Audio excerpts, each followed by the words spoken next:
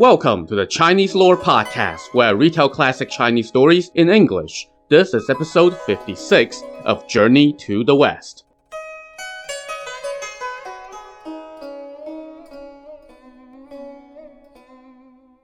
Last time, Sun Wukong and his reinforcements from heaven had no luck against the Rhino King, whose magic ring snatched away all their magical goodies.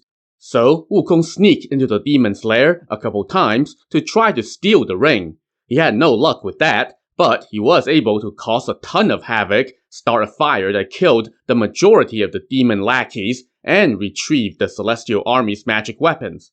Once they got their weapons back, they all decided to go have a showdown against the Rhino King. The Rhino King was understandably pissed. He came out with his remaining lackeys and cursed Wukong. "You thieving arsonist monkey! What skills do you have that you would dare to disrespect me so?" Wukong laughed and cursed back. "Damn demon! You want to know my skills? Well, listen closely and I'll tell you." And then he launched into a little monologue, singing his own praises and recapping basically the first part of this novel that included all his former feats. When the Rhino King heard that, he pointed at Wukong and cursed again. "Turns out you're a thief who would steal heaven! Stand still and taste my spear." So the two of them now went at it again, and the various celestial generals also joined the fight, hoisting their recently regained weapons. But the Rhino King chuckled, pulled out his magic ring, tossed it into the air, and shouted, "Strike!" And just like that, everybody's weapons were snatched away once again. Sun Wukong and all the celestial generals found themselves empty-handed once more. The Rhino King returned to his cave in victory and told his lackeys, "Move some rocks to block the door, rebuild our cave, and renovate our quarters. Once everything is rebuilt, we will kill the Tang monk and his 2 disciples as sacrifices, and everyone will get a piece." Meanwhile, the losing side slinked back to the mountain peak where they had holed up previously, and everybody was sulking at yet another defeat. Wukong saw this and forced himself to put on a smile as he told the others, "Don't worry, as the saying goes, victory and defeat are common in war. I have fought against him, and his skills are just so-so. It's just that ring that's a problem, and he used it to take away our weapons again. But don't worry, let me go look into his origins." Lotus Boy Ne Zha, however, said, "You had previously gone to see the Jade Emperor and checked all the ranks of heaven, and could find no hint of his origins. Where will you go now?" "I just remembered. There are no bounds to the powers of the Buddha," Wukong said. "Let me go to the west and ask him to take a look at all 4 continents to see the origins of that demon and his ring. No matter what, I will capture the demon to avenge you all and let you all return to heaven in a good mood."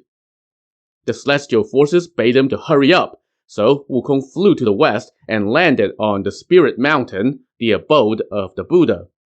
The sacred peak rose in striking majesty, its layered ridges pure and beautiful.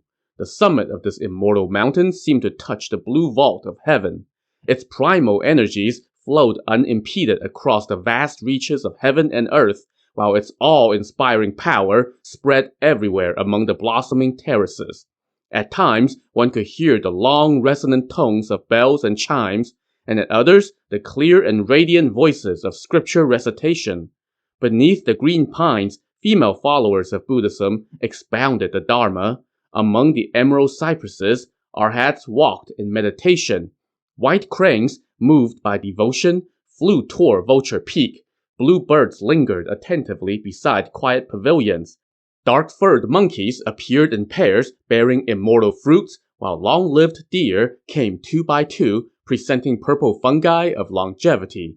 Hidden birds sang incessantly as though speaking their hearts aloud. Strange flowers blazed with colors whose names no one knew. Winding mountain ranges circled back upon themselves in endless layers, and ancient roads curved gently through the landscape, smooth at every turn. As Sun Wukong took in this divine sight, someone suddenly called out and asked him what he was doing there. It was the venerable Bhikshuni, a Buddhist nun. When Wukong explained that he was there on business, she lectured him. "Then why don't you go to the sacred temple? Why are you instead touring the mountain here?" "Oh, this is my first time setting foot on your divine realm, so I took the liberty," Wukong explained. Bixuni told him to follow her, and she led him to the Thunderclap Temple. There, the 8 Vajra guardians, looking fierce and imposing, stood by the door and blocked Wukong's path. Bixuni told Wukong to wait while she announced him. Momentarily, she returned and said that the Buddha had granted him entrance.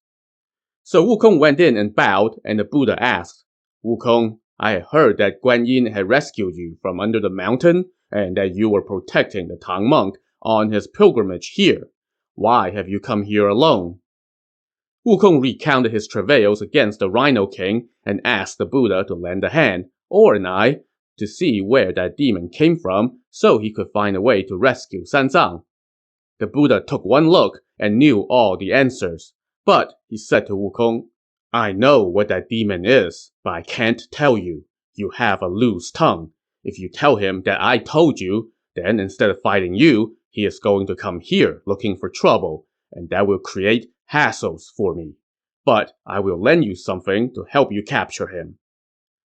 He then told his 18 arhats to open up their treasure room and bring out 18 grains of golden sand. Wukong asked, what am I supposed to do with these? "Go to the cave and challenge that demon to battle," the Buddha told him.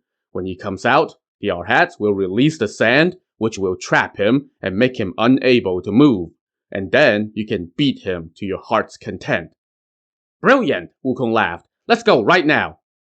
So the arhats carried the grains of sand and accompanied Wukong out. But when he did a head count, there were only 16 of them. "Hey, what's up with this? You're shortchanging me," Wukong complained. "There were 18 of you, but now there are only 16? Just then, the last 2 arhats, Dragon Tamer and Tiger Subduer, came out from inside the temple and told him, "Wukong, how can you act up like this? We 2 stayed behind to receive some instructions from the Buddha." Yeah, whatever," Wukong retorted. "If I hadn't complained, you wouldn't have come out at all." The arhats laughed at his antics, and then they all took to the air. Soon, they were back at Golden Pocket Mountain. The celestial generals greeted them, and the arhats told Wukong to go lure the Rhino King out. So Wukong went to the cave entrance barefisted and called the demons some nasty names. When the Rhino King heard about this, he asked angrily, "Who did that monkey recruit to help him now?" "No one else, just himself," the lackeys told him. His rod is already in my hands, so why is he here alone again? Does he want to trade fisticuffs again?" So the Rhino King got his spear and his ring. He told his lackeys to remove the rocks that blocked the entrance, and he leaped out, cursing, "Monkey thief! You haven't gotten any advantage on me in our fights. You should just scram, so why are you here again?" "Damn demon, you really don't know any better," Wukong cursed back. "If you want me to stay away, then you must surrender, apologize, and send out my master and fellow disciples. Then I will spare you." "Ha! Those 3 monks are already washed clean," the Rhino King taunted him. "Soon I will butcher them. You should just go on your way." When he heard the word butcher, Wukong felt a fire rise up in his heart. He raised his fist and charged in. The Rhino King ditched his spear and countered with his own fists as well. As they fought, Wukong hopped around and lured the Rhino King toward the south. Then, Wukong signaled for the arhats to do their thing, and they all cast their grains of sand down toward the demon. In an instant, white fog enveloped everything. The Rhino King couldn't see his surroundings. And when he looked down, he noticed that 3+ feet of sand had already accumulated around his legs. He hurriedly leaped upward, but when he landed, he was 2 feet deep in sand again. Now, he quickly pulled his feet out from the sand, took out his ring, hurled it upward, and shouted, "Strike!" And in the blink of an eye, all 18 grains of magic golden sand were sucked into the ring. That allowed the Rhino King to turn and go back to his cave.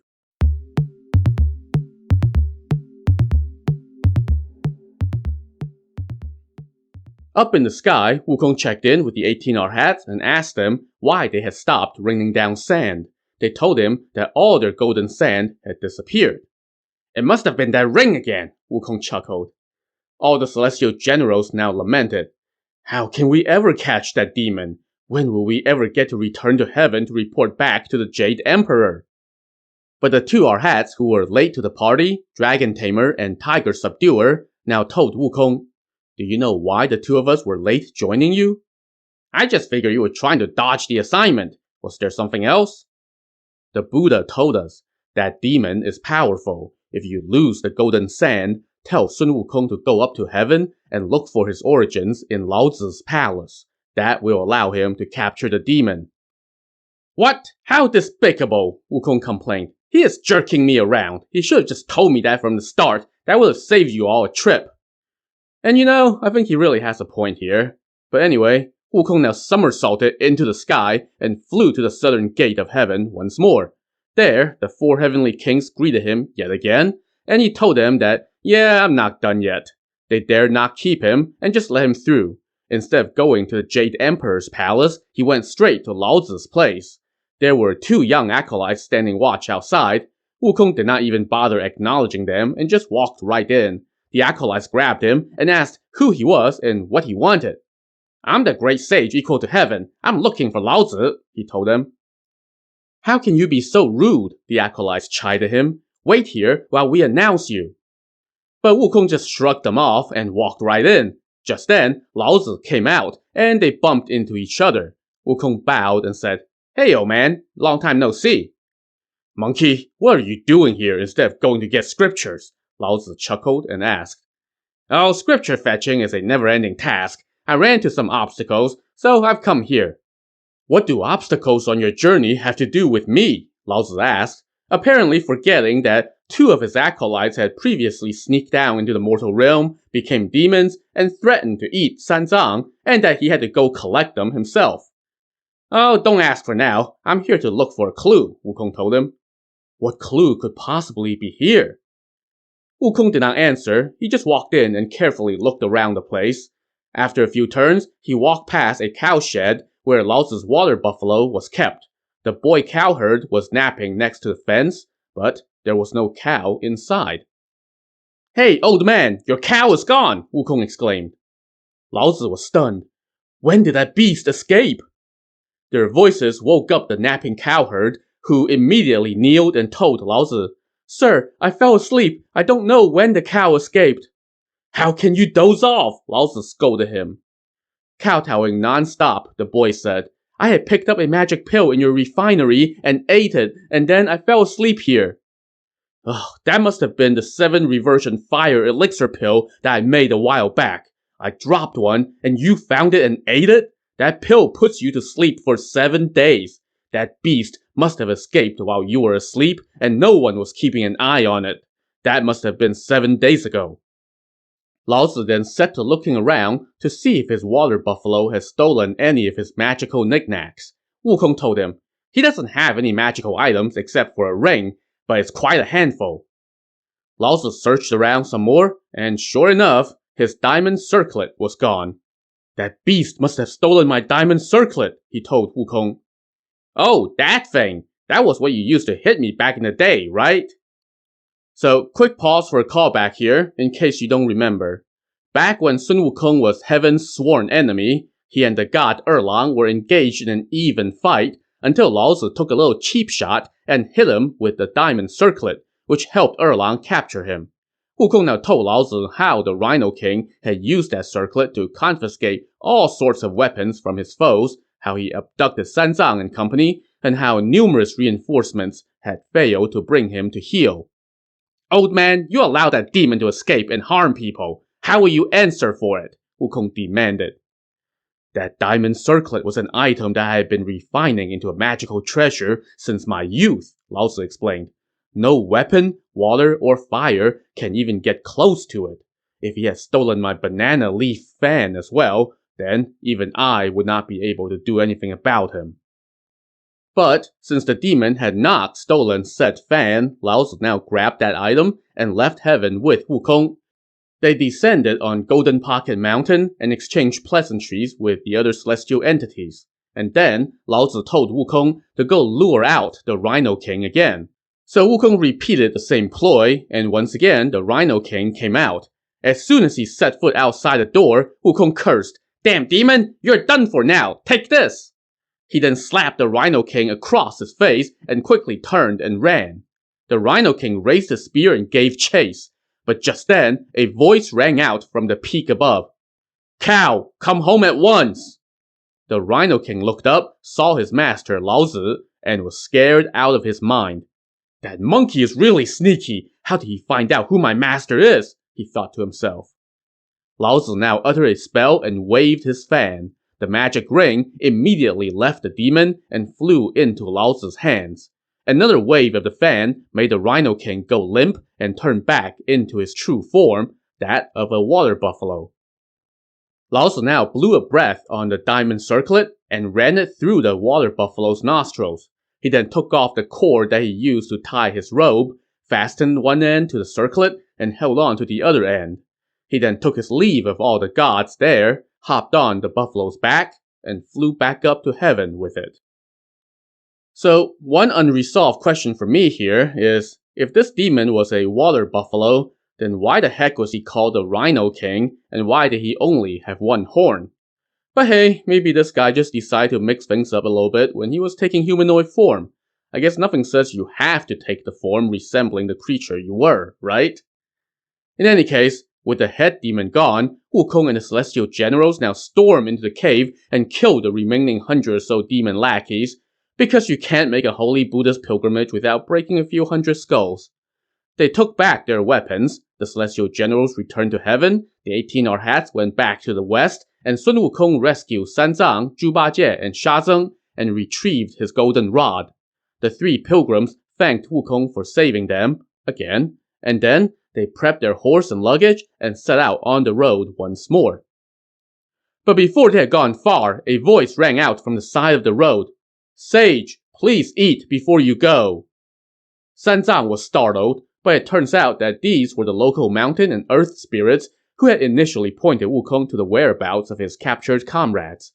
They presented Sanzang with his purple gold alms bowl and told him, "Sage monk, the great sage had procured this bowl of rice, but because you did not listen to his good advice and fell into the demon's hands, he had to expend great effort and was only able to rescue you today.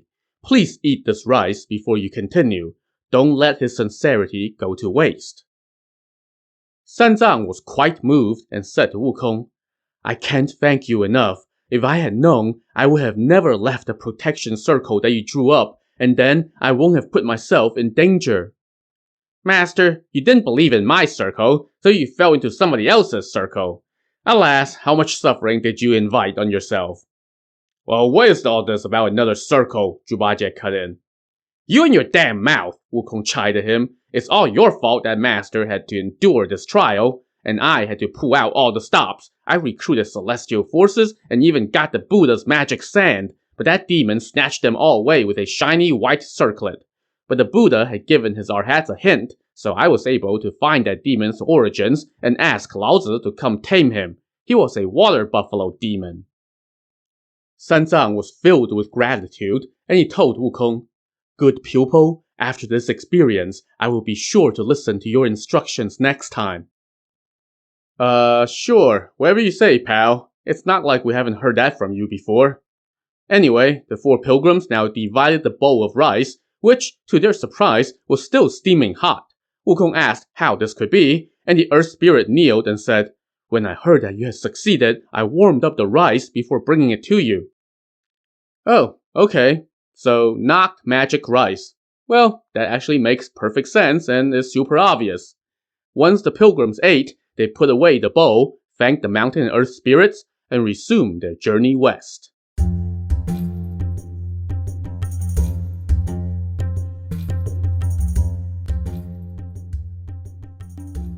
It was now early spring, and the land was coming back to life.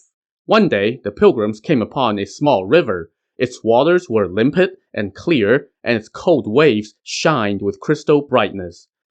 Sanzang reined in his horse and looked around. By the riverbank, where a few willows stood, he saw the outlines of a few thatched huts. "That must be the home of a ferryman," Wukong said. "I thought so too," Sanzang said, "but I haven't seen any boats around, so I didn't want to say anything." Zhu Bajie put down the luggage and shouted, "Hey, ferryman, row the boat over here!" After he called out several times, a small boat appeared, creaking its way from the shade of the willows. Soon it pulled up near shore. It was a sturdy-looking vessel, and the person steering it called out, "If you want to cross the river, hop in." Sanzang rowed closer to the boat and saw that the boatman wore a brocade kerchief on his head and black silk shoes on his feet. He had on a patchwork jacket and a skirt-like robe that had seen 1,000 stitches. The skin on his wrists was rough, and the sinews of his arms were strong and hard. His eyes were dim, his brows wrinkled, and his face showing the wear of age. And yet, his voice was delicate and melodious, like the song of an oriole. When Sanzang got close enough, he realized that the boatman was actually an old woman. Wukong approached the boat and asked, "You are rowing this boat?" "Yes," the woman answered. "Where's your husband? Why are you rowing instead of him?" The woman smiled, but did not answer. She only gestured with her hand for the pilgrims to board her boat. So Shazeng put the luggage into the boat, Wukong helped Sanzang in, and then they turned the other end of the boat around, and Zhu Bajie led the horse into it. They then retracted the plank, and the woman started rowing. Soon, they were on the other side. Once they disembarked, Sanzang told Shazeng to open their bundle and take out a few coins for the woman. She did not haggle. Instead, she hitched the boat to a wooden post on the bank and happily went back into her house. Well, that was a surprisingly uneventful crossing, considering how seemingly every river up to now has some kind of demon or creature lurking within. But this river was easy peasy. And seeing how clear the water is, Sanzang started feeling thirsty. He told Zhu Bajie to fetch some water. So Bajie used their alms bowl and scooped a full bowl from the river. Sanzang drank about half, and Bajie gulped down the rest. They then resumed their journey. After traveling for less than an hour, Sanzang suddenly started moaning in the saddle, complaining about stomach cramps. Following behind him, Zhu Bajie also started complaining about stomach pains. "It must be because you guys drank cold water," Shazeng said. Before he even finished that sentence, however, Sanzang's moans escalated into an agonized groan as the pain intensified, and Zhu Bajie felt likewise. As the two staggered in pain, their bellies suddenly became engorged. When they touched the bump, it felt like there was a clump of flesh and blood inside, doing somersaults. Sanzang could barely stand up at this point. They saw a farmhouse on the side of the road. From the top of the tree next to it hung 2 bundles of straws. "Master, that must be a tavern," Wukong said. "Let's go ask for some hot water for you, and ask where we can buy some medicine to help ease your stomach pain." Sanzang spurred on his horse and soon arrived at the tavern. Outside, an old woman sat on a straw stool, calmly spinning hemp fiber. Wukong approached, bowed, and said, "Ma'am, I am from the Tang Kingdom in the east. My master is the imperial brother of the Tang Emperor. When we were crossing the river, he drank some of the water and started feeling stomach pains." The old woman asked, with a hint of joy in her voice, "You guys drank the water from that river over there?" "Yes, that clear river to the east." The old woman smiled warmly and said, so funny. Y'all come in, and I'll explain." So the pilgrims entered the house, with Wukong propping up Sanzang and Shazeng helping Zhu Bajie. Sanzang and Bajie moaned with each step, holding their bellies while their faces grimaced and turned pale from the pain. "Ma'am, please bring my master some hot water. Thank you," Wukong called out. But instead of heating up water, the old woman ran to the back with a smile and shouted, "Hey, come look! Come look!" On cue, several middle-aged women ran out, and when they saw Sanzang, they started laughing. Now that enraged Sun Wukong. He let out a roar and hiss, frightening the women and sending them scurrying to the back again. He then grabbed the old woman and said, "Hurry up and heat up some water, and I will spare you." Scared, the old woman said, "Sir, hot water is not going to do anything for their stomach pains. Let me go and I will explain." Wukong let go of her, and she said, "This is the women's kingdom of Western Liang. Our kingdom only has women, no men. That's why we were delighted to see you. But your master should not have drunk that water from the river. That is called the River of Motherhood. Outside the capital city, there is a post station called a guest house for welcoming Yang. Beyond the gate of that station is a spring called the Pregnancy Revealing Spring. The people of our kingdom would only dare to drink from the river after they have surpassed the age of 20. Once they drink that water, they will feel stomach pains. 3 days later, they will go to the spring by the station and look into it. If they see a double reflection, that means a child is due to be born. Your master drank from the river of motherhood. That means he has conceived and is with child. He will give birth soon, so what use is hot water?